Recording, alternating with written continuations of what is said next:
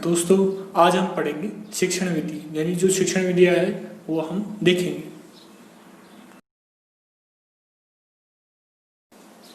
सबसे पहले शिक्षण विधियों का जो अर्थ एवं उपागम यानी meaning of teaching method and approach, जो शिक्षण विधि है उसका जो अर्थ है वो हम देखेंगे। देखिए, लैटिन भाषा में मेथड का अर्थ है तरीका, रीति। शिक्षा में विधि का अर्थ है शिक्षक द्वारा छात्र को विषय वस्तु संप्रेषण करने का तरीका या रीति, यानी छात्रों को हम जो चीज पढ़ाएंगे, जो चीज समझाएंगे, वो जो तरीका है वही क्या है, शिक्षण विधि है। शिक्षण विधि शिक्षण की विषय वस्तु को छात्र तक पहुंचाने का एक साधन या तरीका है, यानी जो भी चीज विषय वस्तु है उसको बच्चों तक पहुंचाने का ये तरीका है। सामाजिक अध्ययन शिक्षण में यह विधियां ऐसी होनी चाहिए जिससे सामाजिक विज्ञान के उद्देश्यों की प्राप्ति की जा सके, यानी जो हमारा जो लक्ष्य है, उद्देश्य है, उसकी प्राप्ति हो सके, वही हमारे क्या होनी चाहिए, शिक्षण विधियां होनी चाहिए। शिक्षण विधियों को विषय वस्तु के अनुरूप सुनिश्चित किया जाना चाहिए जिससे सामाजिक विज्ञान के उद्देश्यों की प्राप्ति की जा सके। यानी जो शिक्षण विधियां हैं उनकी जो विषय वस्तु है उनके अनुसार ही हमें शिक्षण विधियां को चयन करना चाहिए, ठीक है, तब ही हमारे जो उद्देश्य है उनकी प्राप्ति हो सकेगी। शिक्षण विधियां ऐसी होनी चाहिए जो छात्रों को मात्र निष्क्रिय श्रोता न बनाए, अपितु उन्हें सक्रिय बनाकर शिक्षण अधिगम प्रक्रिया का सक्रिय भागीदार या अंग बनाए और अधिकतम शैक्षिक उद्देश्य की प्राप्ति में सहायक हो। यानी ऐसे नहीं कि बिल्कुल वो आप केवल व्याख्यान विधि का प्रयोग ही करके पूरा आपने सिलेबस करा दिया तो बच्चे क्या हो जाएंगे, निष्क्रिय श्रोता हो जाएंगे। ऐसा नहीं, आपको हर बार अलग अलग पाठ के लिए अलग अलग शिक्षण विधि अपनानी चाहिए जिससे आपका शिक्षण रोचक बन सकेगा।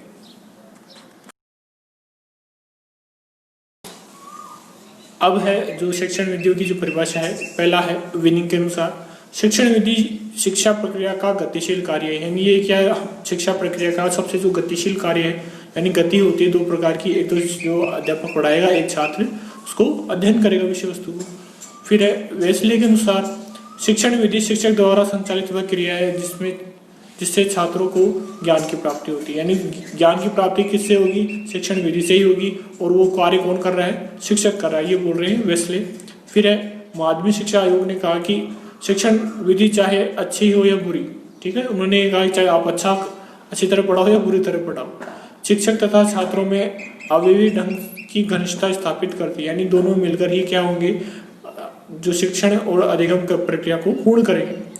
यह घनिष्ठता उनके बीच होने वाली पारस्परिक क्रियाओं के माध्यम से स्थापित होती है। यानी अगर अध्यापक कुछ चीज समझा रहा है तो विद्यार्थी उसको समझ रहा है, ठीक है, उनके बीच पारस्परिक क्रिया होती है, वही क्या इनके बीच घनिष्ठता है। शिक्षण विधि छात्रों के मस्तिष्क पर प्रभाव नहीं डालती वरन उनके संपूर्ण व्यक्तित्व को प्रभावित करती है। यानी अगर शिक्षण विधि इतनी अच्छी होगी तो जो अच्छी बातें आप विद्यार्थियों को बताएंगे तो पूरा उनका व्यक्तित्व ही बदल जाएगा, यानी वो एक अच्छा ही नागरिक या समाज सेवक या अच्छे वैज्ञानिक बन जाएंगे।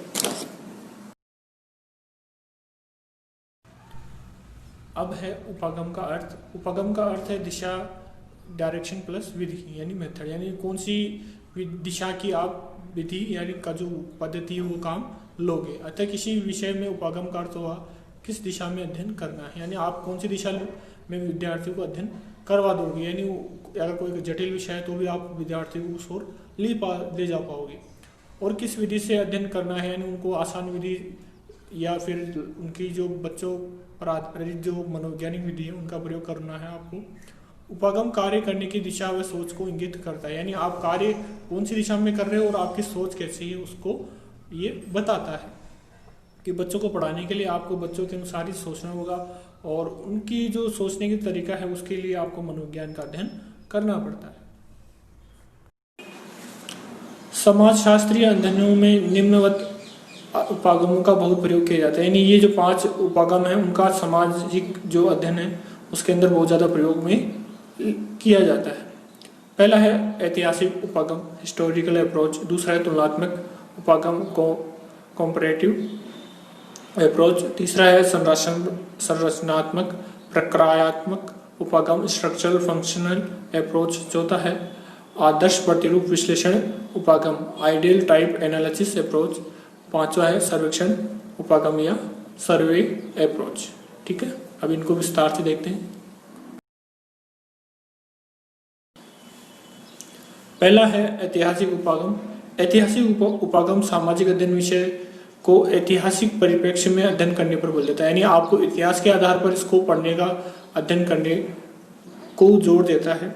यह केवल कालानुक्रम के रूप में घटनाओं का लेखा जोखा मात्र नहीं, अपितु सामाजिक विषयों के विषय वस्तु के उद्भव व विकास का सामाजिक आवश्यकता व आकांक्षा के रूप में अध्ययन के अनुक्रम में अध्ययन होता है। यानी जो सामाजिक विज्ञान है, जो विषय वस्तु है उसका विकास कैसे हुआ, उसका उद्भव कैसे हुआ, यानी कैसे सामाजिक जो अध्ययन के जो विज्ञान के जो विषय है, जैसे कोई भूगोल है, भूगोल का उद्भव कैसे हुआ, इतिहास लिखना कब से स्टार्ट हुआ, नागरिक शास्त्र है, उन सब के बारे में वो क्या है, उसके उद्भव के बारे में बताता है, उसका विकास कैसे हुआ, सब कुछ वो बताता है। ठीक है।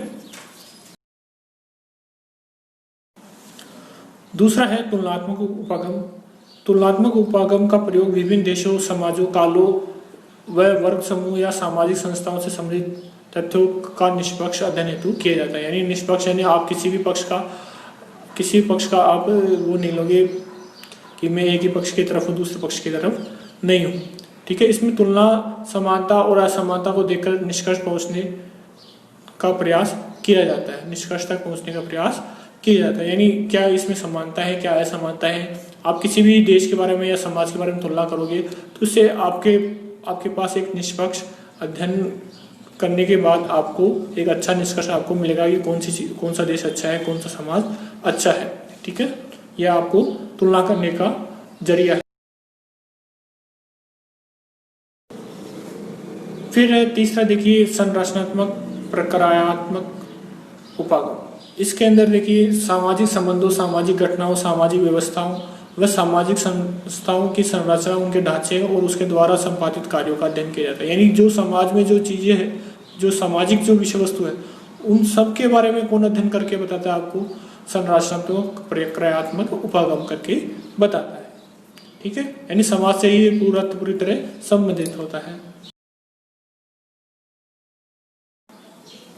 चौथा है आदर्श प्रतिरूप विश्लेषण उपागम। इसमें देखो पहले प्रसंग या विषय का आदर्श काल्पनिक स्वरूप सोचा जाता है। यानी आप किसी घटना के बारे में पहले मन में एक कल्पना बनाओ, जैसे चित्र में दे रखा है कि ऐसे एकलव्य जी ने अंगूठा काटा होगा। फिर वास्तविक स्वरूप को उसकी तुलना करके वास्तविक स्वरूप की न्यूनताओं व यथार्थों का विश्लेषण किया जाता है। यानी आज के ज़माने में ऐसे शिष्य बहुत ही कम मिलते हैं। ठीक है। यानी आप वास्तविक जो वर्तमान समय है उसके अंदर क्या कमियां हैं, हमारी जो गुरु शिष्य प्रणाली है उसके अंदर, तो ये आप इस चित्र के आधार पर आप वर्तमान के साथ आप तुलना कर सकते हैं। यानी एक जो कल्पना की है आपने, एक यथार्थ रूप में आपने उसको देखा है। ठीक है। ये आदर्श प्रतिरूप विश्लेषण उपागम हमें बताता है। पांचवा है सर्वेक्षण उपागम। ठीक है। सर्वेक्षण उपागम में क्षेत्र विशेष में विद्यमान समस्याओं से प्रभावित लोगों से अवलोकन, ऑब्जर्वेशन, साक्षात्कार, इंटरव्यू, प्रश्नावली, क्वेश्चनेशन आदि प्रविधियों द्वारा तथ्य एकत्रित किए जाते हैं। यानी कहीं पर कोई समस्या आ गई, कहीं बाढ़ भूकंप आ गया या कोई भी चीज़ हो, ठीक है, वहाँ के लोगों को हम देख सकते हैं, उनका इंटरव्यू ले सकते हैं, एक प्रश्नावली तैयार करके उससे संबंधित जानकारी, तथ्य एकत्र कर सकते हैं। ठीक है। यानी एक तरह के हमें क्या है, सर्वे करना होता है उस एरिया का। ये क्या है, सर्वेक्षण उपागम हमें जानकारी देता है। इस प्रकार जितने भी ये 5 उपागम हैं उनका प्रयोग प्राय शोध अध्ययन करने में किया जाता है। यानी जो रिसर्च है उसके अंदर हम इन सभी उपागमों का प्रयोग करते हैं। अब है पाठ्य वस्तु आधारित विभिन्न शिक्षण विधियां, teaching method based on content. कक्षा शिक्षण करते समय कई सामान्य तथा कई विशिष्ट शिक्षण विधियों का प्रयोग किया जाता है। सभी सामाजिक विज्ञानों के शिक्षण में कुछ विधियां तो ऐसी है जबकि कुछ विधियां होती हैं, शिक्षण विधियां तो एक जैसी होती है, जबकि किसी सामाजिक विज्ञान में कोई विशेष विधि भी होती है, जैसा कि निम्न तालिका से स्पष्ट है। यानी ये तालिका है, ये देखते हैं। इसमें कई जो शिक्षण विधियां होंगी वो तो सभी विषयों में लागू होती है, कई तो केवल अकेले जो सब्जेक्ट होता है उसी में लागू होती है, कई एक सब्जेक्ट में होगी, दूसरे सब्जेक्ट में नहीं होती। ठीक है।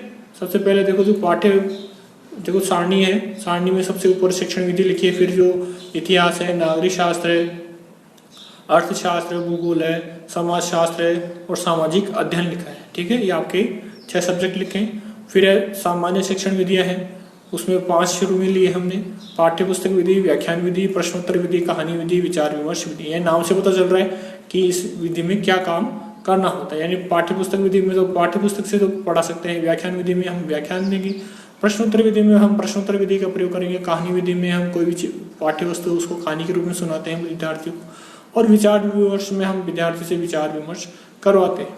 ठीक है। इतिहास में देखो पांचों की पांचों प्रयोग में ले जाती है, नागरिक शास्त्र में भी पांचों काम में ले जाती है, और अर्थशास्त्र में भी पांचों जो शिक्षण विधि है काम में आती है, भूगोल में भी और समाजशास्त्र में भी और सामाजिक अध्ययन में भी ये काम में आती है।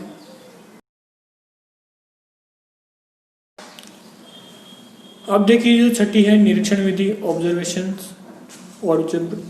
है ना, ये जो है इतिहास में भी काम में है, नागरिक शास्त्र में भी काम में आती है, अर्थशास्त्र में भी, भूगोल, समाजशास्त्र और सामाजिक अध्ययन में भी काम में आती है। फिर है सातवीं प्रयोगशाला विधि, लेबोरेटरी मेथड। देखो इतिहास में कोई लेबोरेटरी प्रयोगशाला नहीं होती, नागरिक शास्त्र में भी नहीं होती, और अर्थशास्त्र में भी कोई प्रयोगशाला विधि कोई प्रैक्टिकल नहीं किया जाता। भूगोल के अंदर ये प्रयोग किया जाता है, इसकी एक प्रयोगशाला होती है जो सर्वे करने के लिए काम आती है।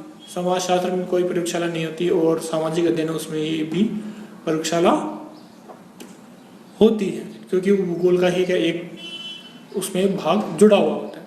फिर है योजना विधि, प्रोजेक्ट मेथड, ये तो सबको पता है भाई, ये सब में शामिल होती है। ठीक है, ये सब पर टिक माना जाएगा। ठीक है।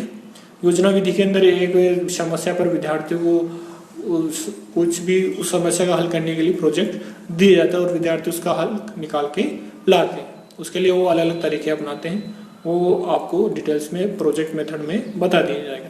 फिर है 9वां समस्या समाधान विधि, यानी कोई समस्या है विद्यार्थियों की, ठीक है, या क्लास में आप एक समस्या देते हैं, उसका हल बच्चे विद्यार्थी क्लास में निकालते हैं। ये क्या है, सभी विषयों में लागू है। फिर है इकाई विधि, यूनिट विधि, यानी आप इकाई बनाते हो, सारी जो सिलेबस है उसमें से इकाइयाँ ढूंढ के अलग, भाई ये इस इकाई का ये सब्जेक्ट है, इस इकाई का ये सब्जेक्ट है। ठीक है, ये भी क्या सभी जो विषय है उनमें लागू है।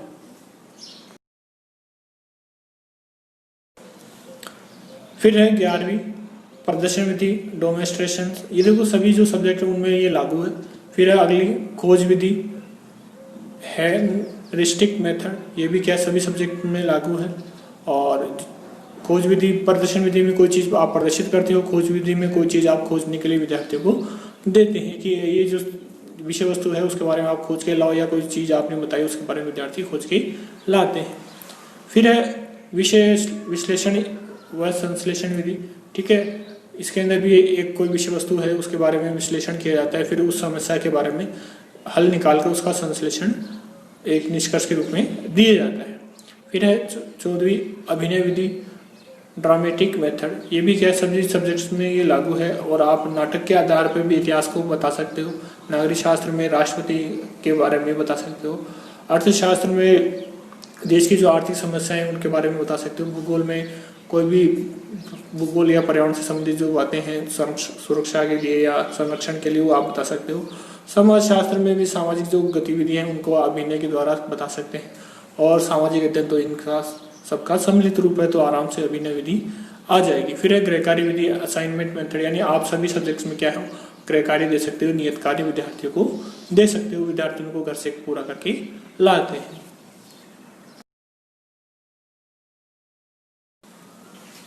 फिर है 16वां समवाय विधि, कोरिलेशन मेथड, यानी सारे जो सब्जेक्ट हैं वो आपस में जुड़े हुए रहते हैं। यानी इतिहास नागरिक शास्त्र से जुड़ा है, और नागरिक शास्त्र इतिहास से जुड़ा है, नागरिक शास्त्र अर्थशास्त्र से जुड़ा है, भूगोल से भी जुड़ा है, समाजशास्त्र और सामाजिक अध्ययन से भी जुड़ा है। यानी सारे सब्जेक्ट हैं वो एक दूसरे से जोड़कर पढ़ाए जाते हैं इसके अंदर। और जैसे विज्ञान, कला और जो कॉमर्स है, ठीक है, संकाय, उन सबको हम जो है जोड़कर पढ़ाते हैं। यानी हिंदी भाषा भी हमारे लिए इतिहास में हम जोड़कर पढ़ा सकते हैं। कोई भी चीज़, जितने भी सब्जेक्ट है सब आपस में जोड़कर पढ़ाए जाते हैं। फिर सर्वेक्षण विधि, सर्वे मेथड, यानी कोई किसी समस्या के बारे में, कहीं क्षेत्र के बारे में या इतिहास के बारे में, सभी सब्जेक्ट के बारे में हम जानकारी लेने के लिए सर्वेक्षण विधि का प्रयोग सभी सब्जेक्ट में करते हैं। फिर है पुनर्वीक्षण विधि,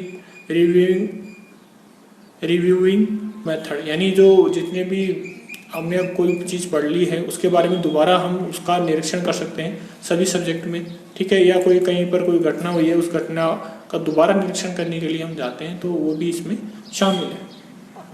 फिर है एकल विषय, सिंगल सब्जेक्ट, यानी अकेले सिंगल सब्जेक्ट मेथड में हम अकेला सब्जेक्ट भी पढ़ सकते हैं। इतिहास अकेला पढ़ाया जाता है, नागरिक शास्त्र अकेला पढ़ाया जा सकता है, अर्थशास्त्र, भूगोल, समाजशास्त्र और सामाजिक अध्ययन अकेला एक सब्जेक्ट के रूप में पढ़ाया जा सकता है। फिर है प्रादेशिक विधि, जो केवल ज्योग्राफी सब्जेक्ट है उसमें पढ़ाया जाता है, ज्योग्राफिकल रीजनल मेथड, ठीक है। यानी जो एक भूगोल के अंदर एक तरह से उसका मानचित्रण करना होता है, एक क्षेत्र विशेष का, उसके बारे में सारी जानकारी हमें देनी होती है।